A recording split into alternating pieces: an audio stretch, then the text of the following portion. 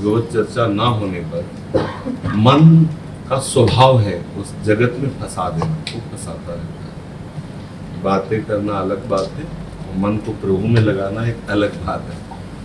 मन विषयों में, प्रपंच में फंसा। जब हम भगवत संबंधी, उत्साह संबंधी बातें सुनते तो भजन में आवेश आता है। भजन में, सत्संग से भजन में आवेश आता है।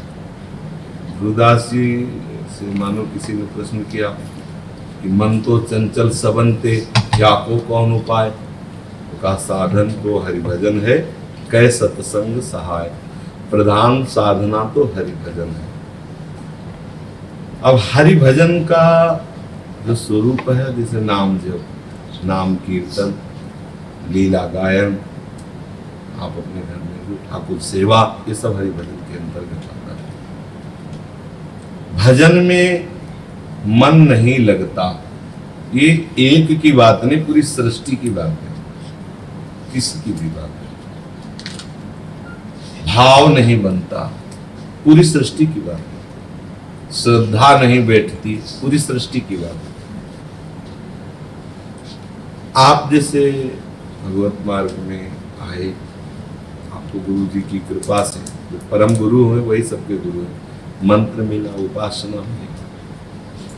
अब आप निरंतरता बिना श्रद्धा के, बिना भाव के, बिना आनंद के बनाए रखो भजन की, और अन्य आश्रय रखो, फिर देखो आपको कैसा लगता है। आप केवल अपना काम बना लीजिए। जैसे लगता है उस व्यक्ति ने मुझे धोखा दिया, उस व्यक्ति के रूप में श्री कृष्ण ने आपके ऊपर कृपा किया। अगर वो कृपा न करते तो जहां हो वहां सोच भी नहीं सकते भगवत मार्ग में। अब हम जहां हैं वहां से वहीं खसक के फिर जाना चाहते हैं।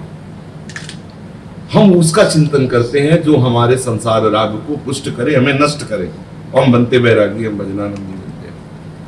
फिर कहते हैं हमें तो कोई लाभ नहीं मिला, बहुत समय हो गया। लाभ के मार्ग में हो, एकांत में बैठकर श्री जी का नाम जप करते हो, श्री जी का चिंतन करते हो, कभी ये सोचते हो कि हमारा श्री जी के सिवा कोई नहीं है? फिर किसी की बात करने का अधिकार कैसे आ गया? आपने मन वचन कर्म से श्री जी को अपना सर्वस्व दान कर दिया, अब आपका बात करने का अधिकार कैसे बना?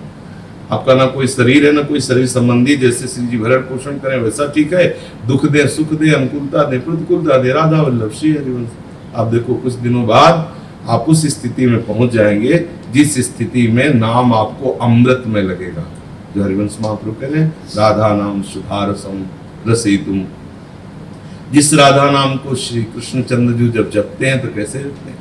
प्रेमाश्रु पूरित, अश्रु बह रहे हैं और ध्यानस्थ योगियों की तरह राधा राधा राधा, और विवशता है हृदय में। महाप्रभु कह रहे जपत हरि विवश तव नाम प्रतिपद विमल, मनसि तव ध्यान ते निमिष नहीं। क्या हम ऐसा कर पा रहे हैं? क्यों? अगर कोई भी गुरु, कोई भी महापुरुष उपासना नाम मंत्र देने के बाद आप उसके प्रतिकूल चले और फिर सोचे इनकी ताकत हो तो हमें रोक ले, और माया आपको परास्त करके नष्ट कर देगी उनके देखते देखते। भगवान सर्व सामर्थ्यशाली हैं, है ना? गीता उनका उपदेश है ना? आप चलो गीता के अनुसार देखो, भगवान श्री कृष्ण गलबैया डाले तुम्हें मिलेंगे। और आप गीता के प्रतिकूल चलो तो नर्क जाओ, वही भगवान श्री कृष्ण यमदूत बन करके मिलेंगे आपको, वही रौरव नर्क बन करके मिलेंगे, आपको कष्ट देंगे।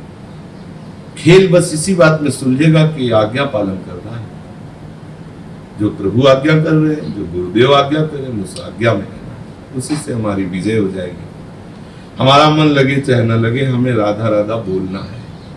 जैसे हम एक दिन बोल रहे थे कि ऐसे फूलों की निकुंज है, ऐसे ये भावना बन नहीं सकती। बना के दिखाओ, ध्यान करके दिखाओ, सोच के दिखाओ, कल्पना करके दिखाओ। अगर ऐसी कल्पना, ऐसी भावना, ऐसा ध्यान, ऐसा भाव बनने लगे तो आप तो बहुत ऊंचाई पे पहुंच गए। इसको सरल से समझते हो क्या? 100 फूलों का दर्शन करो और फिर उनको संग्रह करो, उनको फिर सजाओ श्री जी को, आप इसे सरल समझते हो? अब इसके लिए नाम चाहिए। जितना नाम जप करोगे उतना ही आपका मन निर्मल होगा, आपका मन बलवान होगा। पूज्य भाई जी से हनुमान प्रसाद तुलदार जी ने कहा कि हमने सकाम जप करके भी देखा है। प्रारंभ में हमने सकाम जप किया, कई ऐसे बड़े बड़े कार्य हमने देखे जो सकाम जप से बन गए, और जो निष्काम जप से हुआ वो तुम्हें बता ही नहीं सकता। भाई जी के वचन वो तुम्हें बता ही नहीं सकता। कुछ सकाम बातें भाई जी ने बताई, वो अमुक का काम बन गया, अमुक के लिए जपा तो अमुक का काम। तो आप उस नाम को जप करके प्रियालाल की भावना में प्रवेश पाने में क्या दुर्लभता है, क्या कठिनता है? और आप नाम जपते नहीं, इसलिए वो बात नहीं आ रही। बोले मन तो सिद्धों का लगता है ना, साधक का मन थोड़ी लगता है। साधक को तो बिना मन के जपना पड़ेगा। और कितना कठिन है, मन विषय चिंतन करे आप नाम जप करो, कितना कठिन है, बड़ा कठिन है ना। यही कठिनता का प्रसाद वो मिलेगा जहाँ संभाव्य विरंची नारद शिव स्वयं भुआदेव नया, जहाँ इन बड़े बड़े महापुरुषों की पहुंच नहीं, वहां आपको ये हितजू के द्वारा दिया मंत्र, निज मंत्र, ये शरणागत मंत्र वहां आपको पहुंचा देगा। अब हीरा अपनी जेब में है और भीख मांगते हम गली गली डोले तो क्या? समय आनंद में डूबने के लिए पहली बात समझ लो, किसी का भी संबंध जो भगवत विमुख करने वाला है वो हमारे लिए बहुत घातक है। किसी का भी, पति हो, पत्नी हो, पुत्र हो, परिवार, सबको एक लाइन में खड़ा किया है। स्वयं भगवान श्री राम के वचन है, जननी जनक बंधु सुत दारा, तन धन धाम सुहृद परिवारा। चलो गृहस्थ पुरुष है वो नहीं छोड़ पा रहा है बेचारा, लेकिन आप लोग तो विरक्त है ना। विरक्त मतलब आपका कोई है नहीं जो आपके पूर्व संबंधी आपके सामने कुछ ऐसा कृत्य कर रहे हैं, तो आपको तो मानना है कि वो पूर्व जन्म में था। जैसे आप पूर्व जन्म में जिस कुल में थे तो अब आपका कोई संबंध नहीं है पूर्व जन्म का, आप जानते नहीं अज्ञान के कारण।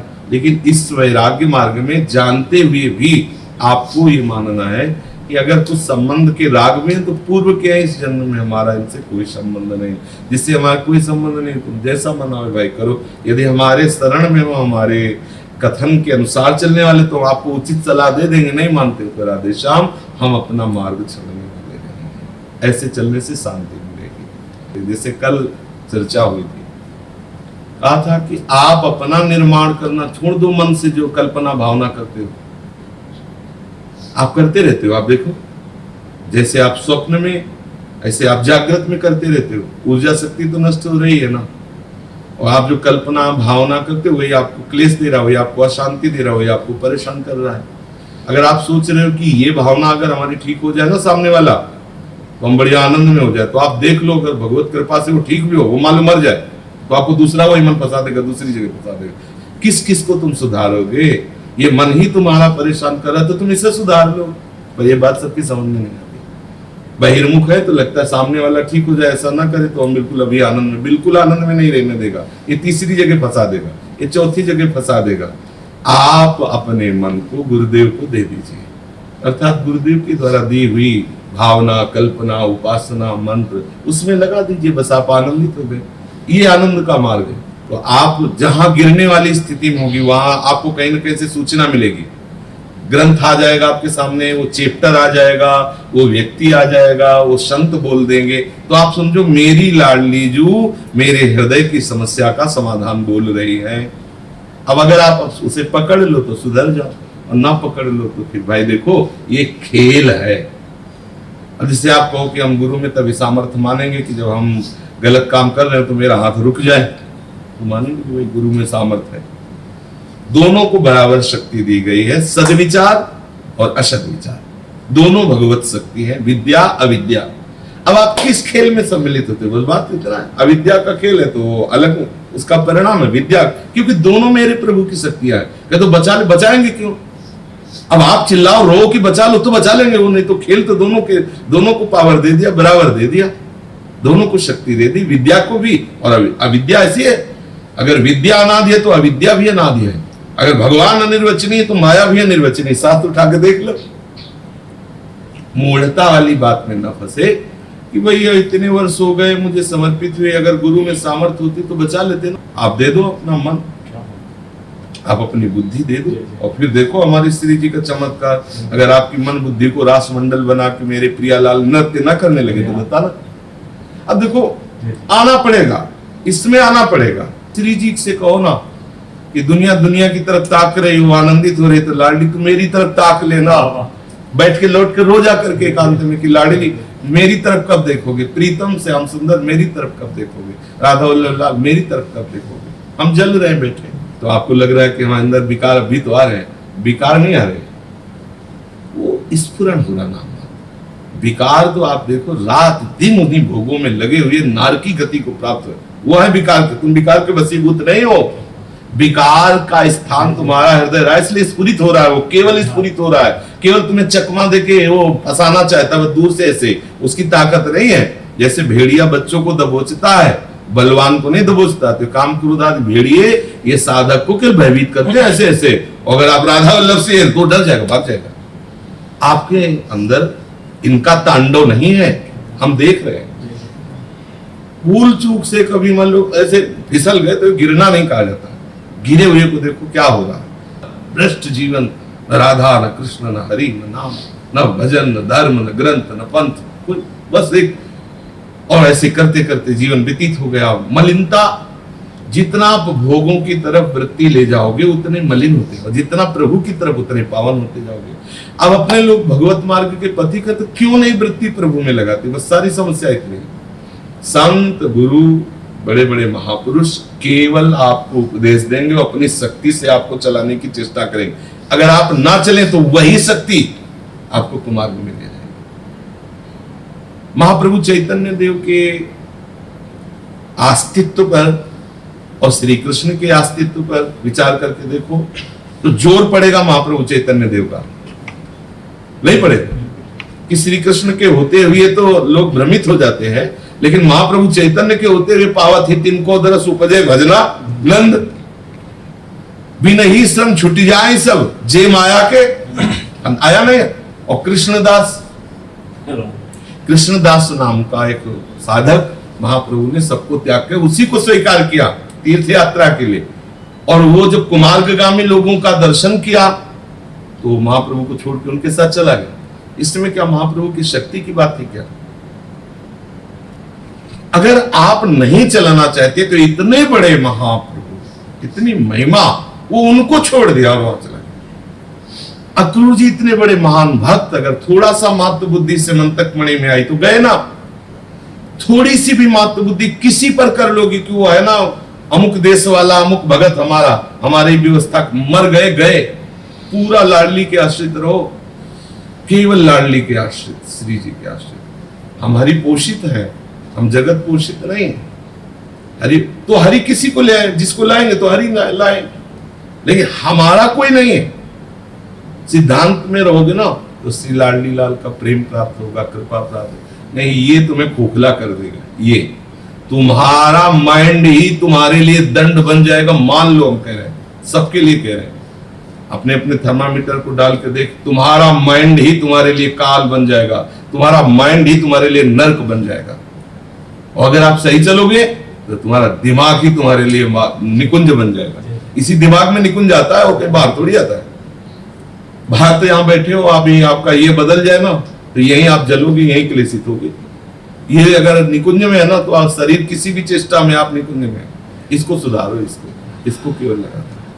हमारा दिल, हमारा दिमाग दोनों प्रिया प्रीतम में लगे, कोई शिकवा नहीं, कोई शिकायत नहीं। किसके लिए शिकवा शिकायत? प्रियालाल आपके साथ है, विश्वास करो, हर समय प्रियालाल आपके साथ है। बहुत पर्दे का खेल चल रहा है, तुम नहीं देख पा रहे, हम देख पा रहे हैं, प्रियालाल आपके साथ है। ऐसा मत सोचो आप अकेले हो, हर सखी आप पर दृष्टि रखे हुए, क्योंकि आप शरणागत हो, आप श्री जी की हो। हमें तो नहीं दिखाई दे रहा, कोरोना भी तो नहीं दिखाई दे रहा है ना, है कहां? न कोई रूप है, न रंग है, न गंध है, न देखा किसी ने कोरोना, सूंघा किसी ने कोरोना, छुआ किसी ने कोरोना, और है देखो नहीं है, वो सब डरे हुए है। कोरोना है ये बात तुम मान गए, ललिता जो है, विशाखा जो, ये बात नहीं मान रहे। आप वृंदावन में रह रहे हो, हमारी श्री जी की सखी, वृंदा सखी का राज्य, सखी, हर सखी आप पर दृष्टि रखे। भले आपको आनंद नहीं मिल रहा, लेकिन आपको ले जाएंगे अपने पास, हमें वहीं तो जाना है। तो अब किसी से आप राग न कीजिए, न द्वेष कीजिए, मेरी बात मान लीजिए, तुम्हारा कोई नहीं है। अगर आपको नहीं सहन हो रहा है, कोई प्रपंच की बात आपको फंसा रही, तो लाडली लाल से बात करो, वहां बैठकर सामने रो कि देखो अब भी, लेकिन उनकी बात मत करो जिनसे तुम्हारा द्वेष राग बन रहा है।